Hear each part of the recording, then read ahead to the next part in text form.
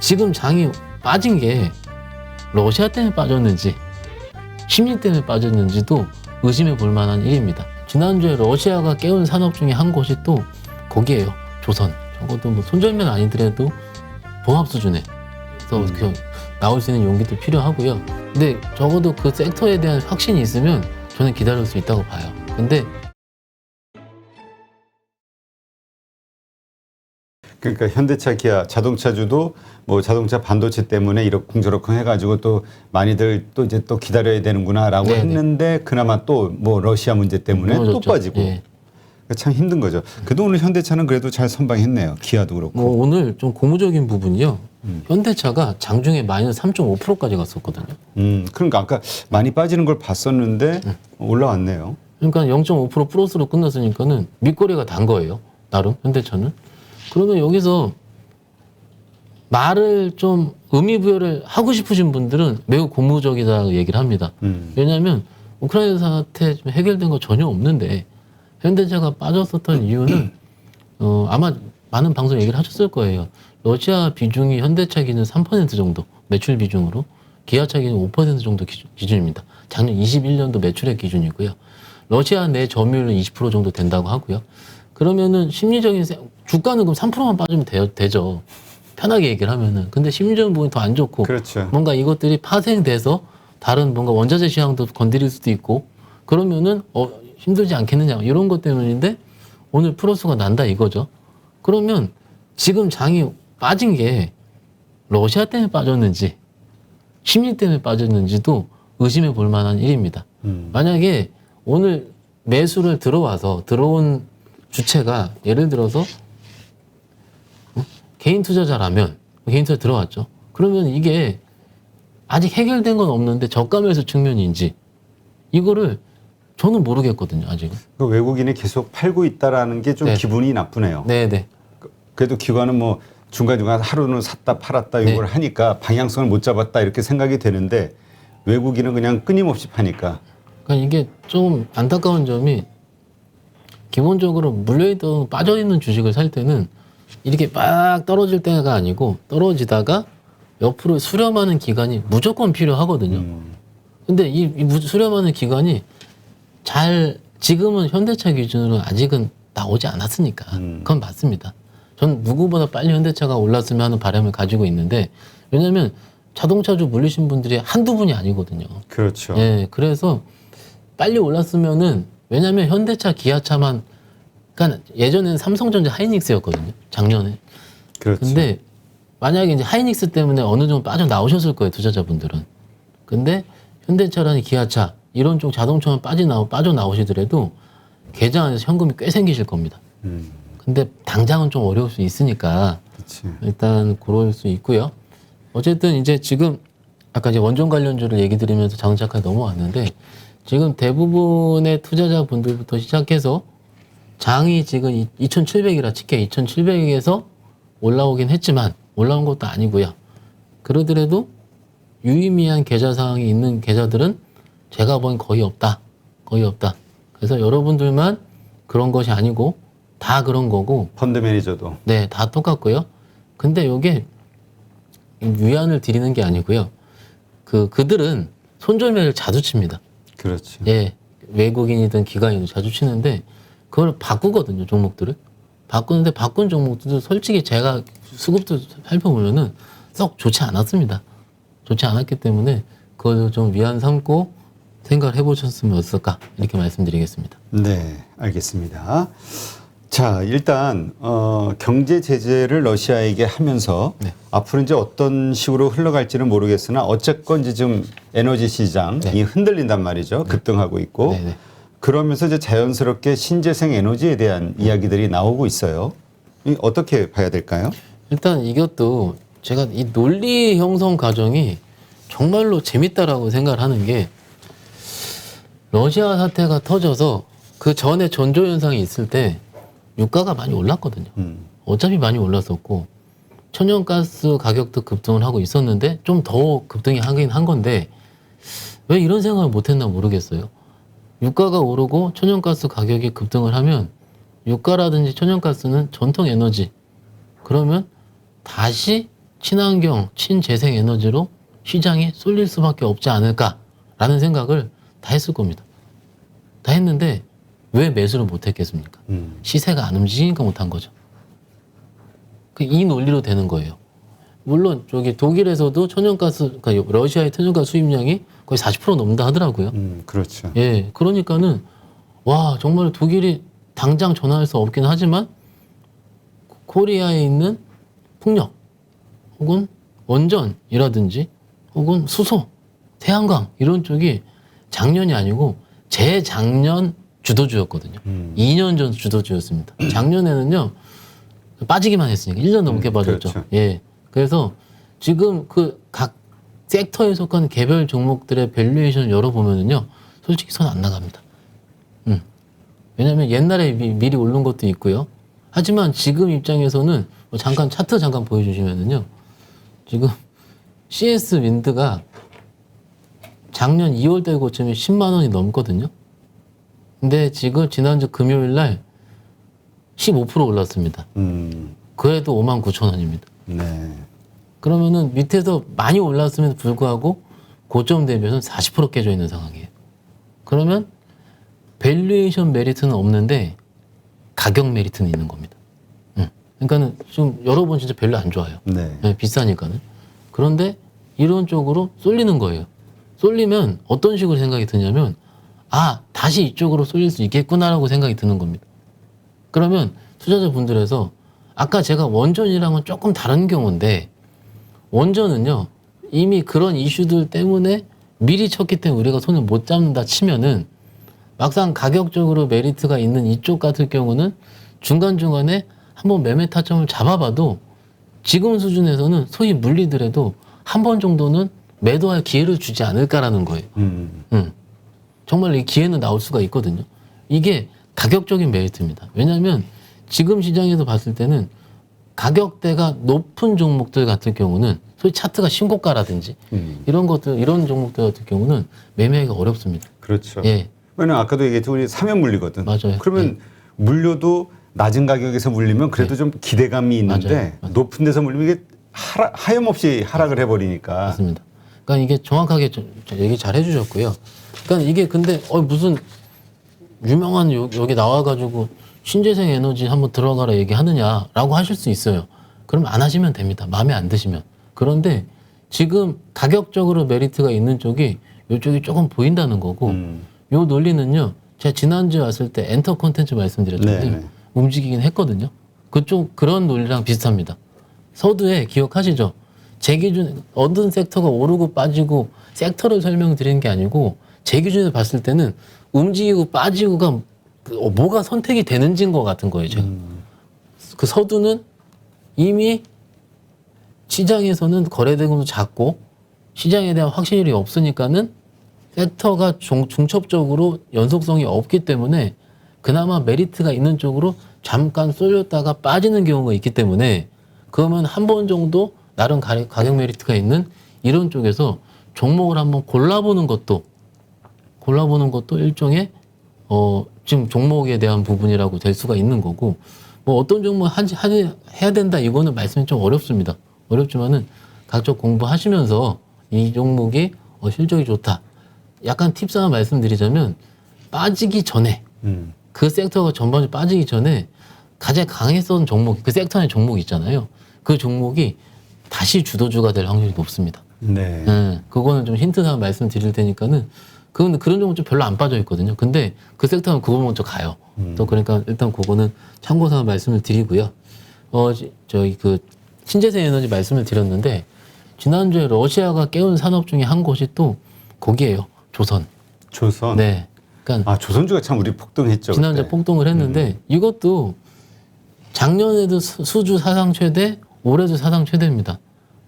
그래서 올해 드디어 시점이 온다. 다 그랬는데 1월 내내 안 오다가 왜 러시아 우크라이나 사태가 터지니 유가가 오르고 천연가스, LNG 가격이 급등을 하니 LNG선 발주 물량이 늘어날 것이다 거든요.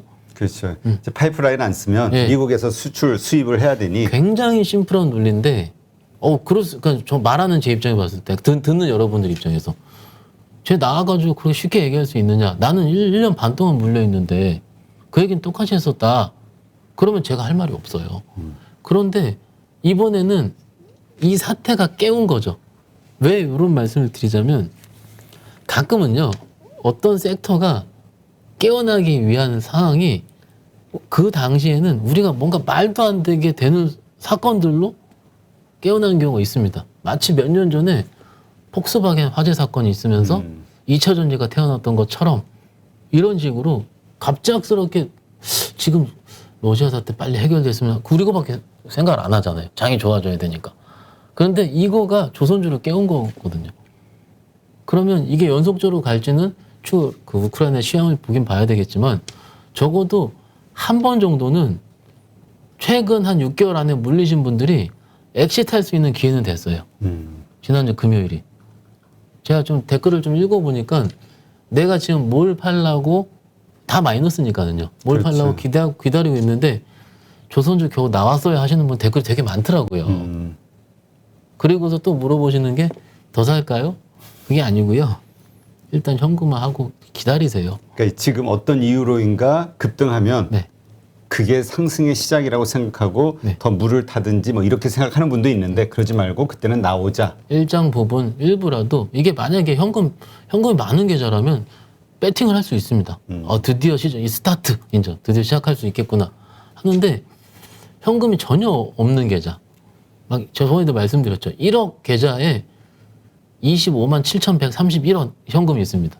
그러니까 다 사다가 이제 없는 거거든요, 현금이.